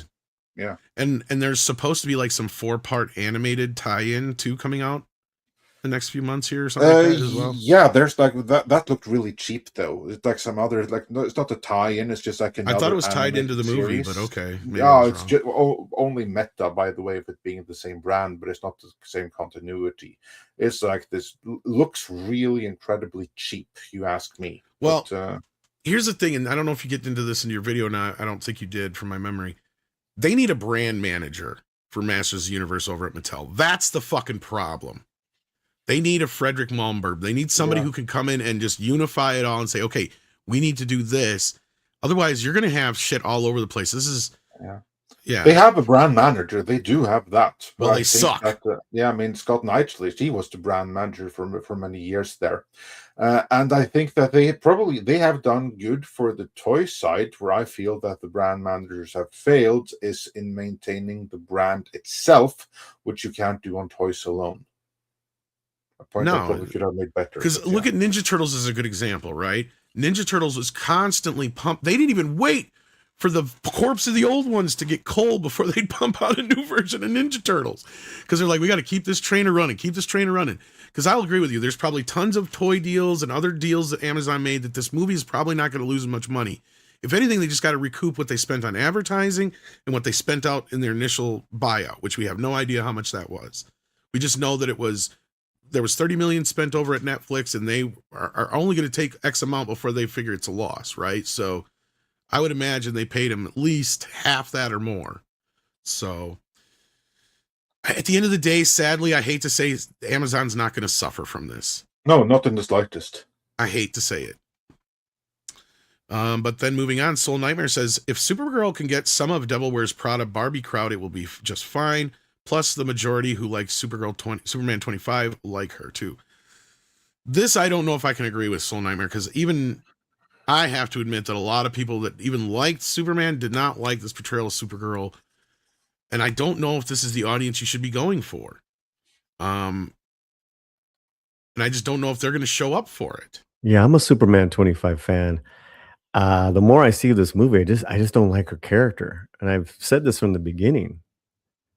You know, like, this is very strange what they're going for. And I have less attachment to Supergirl than I do most. Like, I accept her, but as I've said before, I'm not a big fan of redundant characters. And the only reason I accept her is because she's like one of the first. So, like, And she does have a bit of an interesting kind of backstory in comparison to Superman. So I let that slide, but not always a big fan of redundant characters because we already got one. And a lot of times that just waters down the main character. It's like what happens when everybody's got Flash's powers? Well, then Flash isn't as important anymore. You know, like that's the problem you have. But I hope the film is good. I hope it does well. In this case, though, I gotta say I'm not sure what James Gunn was thinking, and I don't think the actress has good people behind her if she's saying this kind of shit out. Because don't believe you me, these interviews that they're doing, Andre pointed this out in plenty of times. They comb through this stuff. They make sure that they know what they're saying is kosher, and the studio signs off on a lot of this stuff. So it's probably indicative of what's in the film. Thunder Chicken says, I enjoyed MOTU. They could have dialed down the jokes a little to make it better. Skeletor, he means, was awesome, hoping for a sequel. Well, you'll probably get your sequel. It may go straight to Amazon, but you'll probably get your sequel. So. I honestly would be... I think I would probably be a little bit more surprised if you didn't get a sequel than that if you do. Yeah. Connor Dorian's in the house. How you doing? Says the Super Mario Galaxy movie finally reached $1 billion. Yes, we covered that in the intro of the box office business. So good for them. Not surprised. Pack and Proton says only one other person in the theater. Oof. When you saw MOTU. See, that's the other thing I got to call a little bit of BS on is all these people saying that there's tons of people in the theater and they're cheering. It's like, what crowd? What crowd? Well, there's no crowd. Probably they went to like a really, really early screening where all the fans were. I did too, but there's no crowd. I'm not accusing them of lying. I mean, it's going to be different demographics, different audiences, everything like that. But I'm going to accuse them a little bit of stretching the truth when, let's put it this way. I know some of these people probably went with their group of their entourage, and sure, yeah, your entourage is a group of people, but if that's the only people in the theater, is that really a crowd? Yeah. Well, and also like the first time I saw the movie was packed. The second time it was a good half full screening, and this was a big theater. So I'm not going to rubbish any personal experience. I'm just going to say that yeah, fine. You are getting the report. We're getting the reports from the people who went to crowded theaters. But for every one of those, there's going to be 3,500 theaters that are near empty, because that's the only way that you get the box office that we're getting right now. But I'm not disputing those that say there was a crowd. And no, but Six is accusing them of lying. Well, she can. So yeah. Yeah. And six better not say to go to England anytime soon. She said something in the chat earlier I saw. She knows what I mean. That's going to get her arrested in England right away if she goes there. So yeah, everywhere else you're fine. Anyway, Drew Tipton says, I personally hope Michael 2 ends with the Super Bowl 93. I don't think it will, because there's so much stuff that happens after that. I don't know. It's going to be a trilogy. Trilogy, Tom. It might be. Don't count it out, because I see the dollars. See, this is why I don't understand where Lionsgate, they see all these dollar signs right now, but they're not seeing the actual bigger picture here. It's like, you guys are throwing so much money away because this is the movie that's going to make you the money. The second half is not going to be the one that's going to make you all the money. Not only that, where's like the more music from soundtracks and shit? Like, you guys are so stupid right now. You're sitting on a mountain of cash that you're just throwing away. Just throw it away. Because I'm sorry, I'll say one of the worst things about the Michael movie, the soundtrack. It is one of the worst soundtracks I've had in years, because it's only got 12 tracks on it. This movie has over 100 songs in it. And I'm not even being that hyperbolic, because I've made my own secondary soundtrack, and that son of a bitch has like 30 tracks. And I'll tell you right now, like, they could have done 2 more soundtracks with this movie. They haven't done them yet. They could have done a sing-along version. They haven't done that yet. The version that's coming out on streaming is no extended cut. And everybody's like, where's the extended cut? There's so much more they could have mined from this. Like, even before the second film comes out, they could have dropped the extended cut in theaters this fall or something like that. Like, not with the music aspects, but everything else, right? So don't believe you me, a lot of those people who didn't want to be involved with this movie will gladly sign their shit off now. I bet you $5. You go ask Diana Ross now if you can use her footage. She'll say yes. See, that's the thing is before this, Andre's right. They didn't have an idea if this was going to be big or not. But now that this is a big hit, I bet you there might be a trilogy because they might go back and tell a bunch more of the story we didn't see. Because everybody's going to be involved in it now. And they're going to be like, yeah, I want a part of this. I want a part of this. I want to be a part of this, you know? So, but no, I don't think it's going to end with the Super Bowl. I'm sure that'll be a big part of it. If they're No, going to end Janet. on, You can't be in the movie anymore, Janet. Sorry. yeah, well, I bet you she wishes she was now. I think if it's going to end with a performance, my guess it would probably be the MTV Awards performance he did. Because that was a little later and also is not as big, but it was pretty prolific. That would be my guess. Otherwise, it's probably just going to end with his death, sadly. That's the problem.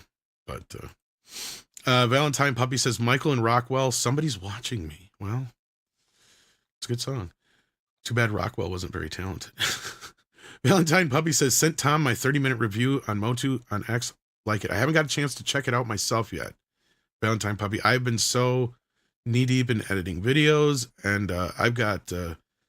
been asked to be on some other streams and some other things going on. In fact, it's going to be a few days before you have time to watch that. Yeah. But I will try to get to it either tonight or tomorrow. And you can blame me for that. Like he doesn't have half an hour to spare. Jason Webster says South Korean film Colony still performing phenomenally domestically for a K-horror, having recently passed 32 million. I see you waving yes. Paul, you must have seen this or know what it is. No? Okay. Sorry, man. I was getting over a bad sneeze. Oh, gotcha. Yeah. Oh, yeah. There you go. Well, sorry for calling attention to it. I just always feel bad because Jason's always updating us on the Korean stuff, and I have very little to add to it. And I figured if you did, go for it. So, yeah. But, yeah, well, we do appreciate it, though. Yeah. Willie the Monkey King is back in the house and says, I think the problem first time around was Hollywood trying to make YouTubers conform. I think they'd be more successful if Hollywood changes to fit the YouTubers. Not overall, but I get what you're saying here. Yes. Because that's the problem is now let's see what happens with these YouTubers, because if they turn around and throw them into a movie like they did What's Her Face with the Eternals, like I was joking before, you're going to have those kind of problems. It's going to be over real fast. And remember, it's very easy to say Hollywood is doing this or that. Hollywood is not one person. It's a bunch of different studios and different executives that do some things in unison and many things quite solo, independently of everyone else. It's Jason Blum that's been hiring these YouTubers. The rest of Hollywood are only now catching on. What will they do with it? Only time can tell. But so far, it's not Hollywood. It's Jason Blum. And he's ahead of the game anyway, right? Yes. Because you guys got to remember, he's kind of been doing what Dimension used to do, right? And for those who don't know, is he'll make a movie with people, and then he'll sit on it for a while until one or two of those people become bigger or they're about to be in something big. Then he'll toss it out there. That's exactly what Dimension used to do all the time. And it's smart. I can't knock him for it. It's a really smart idea.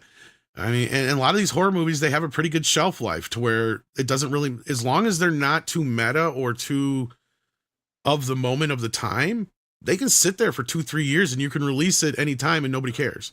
As long as they're not out of date, you know what I mean? Yeah, no, that was the key thing. I mean, the average waiting time for a Dimension movie to be completely, utterly done and ready for release until it was actually released, 2.5 years. Yeah, Willie, I talked about this in my video essay, that if Hollywood is not trying to shake up their departments, then they're going to fail again. Yeah, Hollywood has a great. It's very unique. It does reinvent itself, but it's kind of also to its own worst enemy in regard to just being an ego-driven business. So these YouTuber filmmakers don't necessarily need the traditional route of Hollywood anymore. They don't. They just need distribution, and Markiplier and Amazon, the Amazing Circus, Digital Circus, just proved that. These are deals directly with distributors. Yeah. So that's why they weren't in the theaters that long. But that's their first time out. And the point is, there was no overlords looking, telling them what they can and can't do. To a degree, more so obsession there was. Backrooms, Backrooms was a different story. Yeah, indeed. Yeah.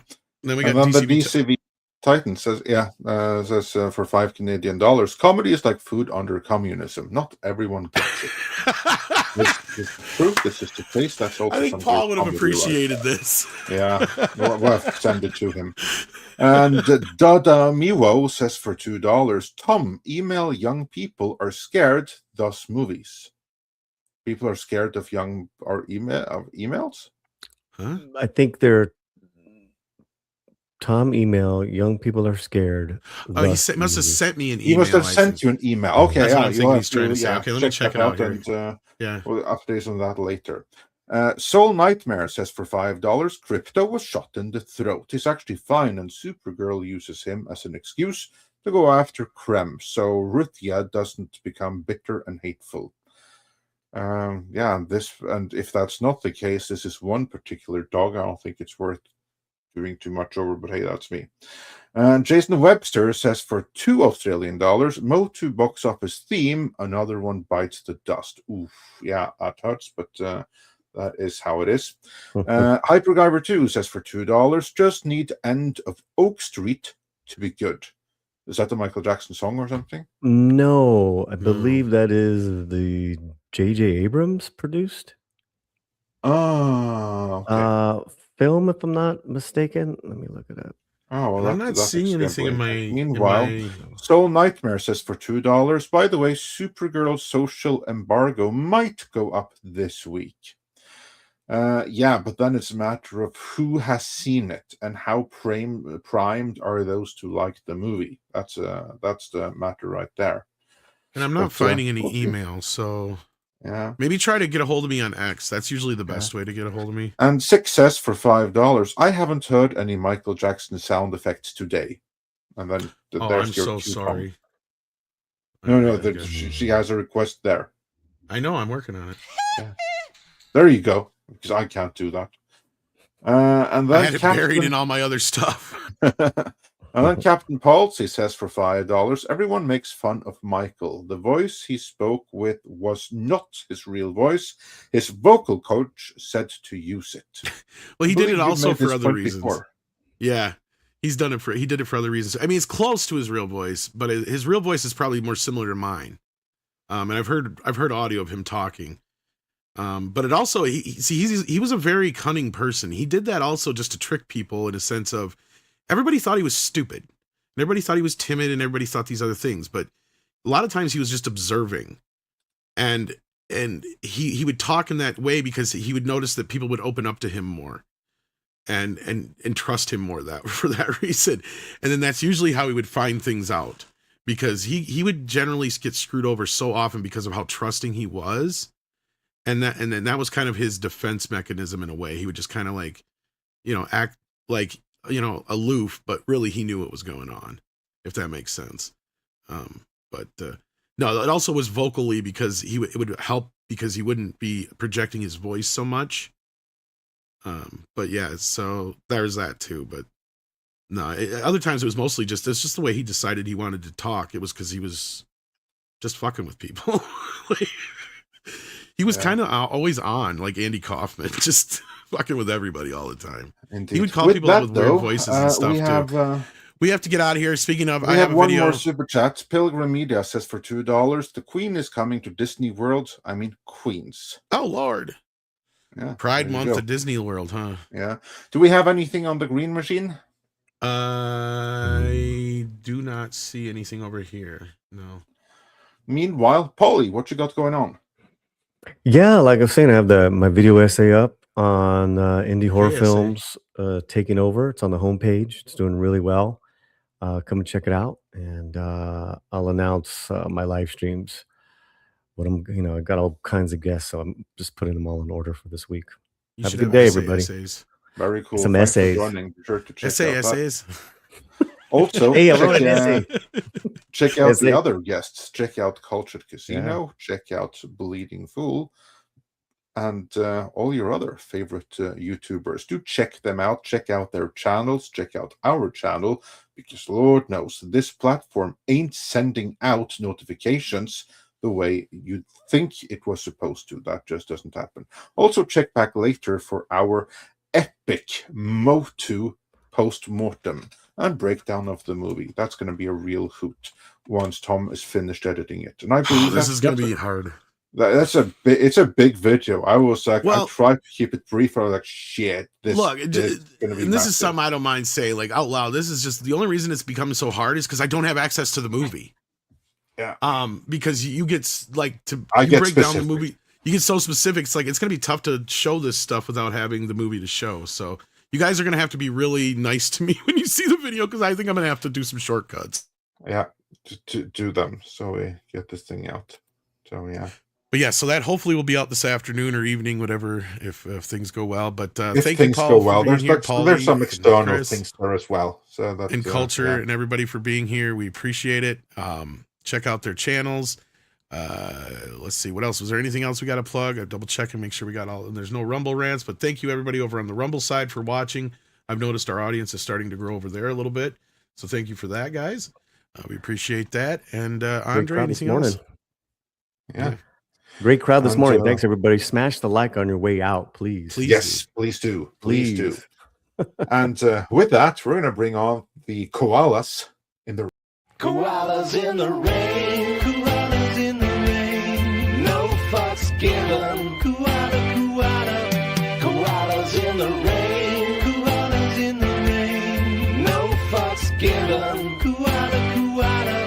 Koalas in the rain, koalas in the rain, no fucks given.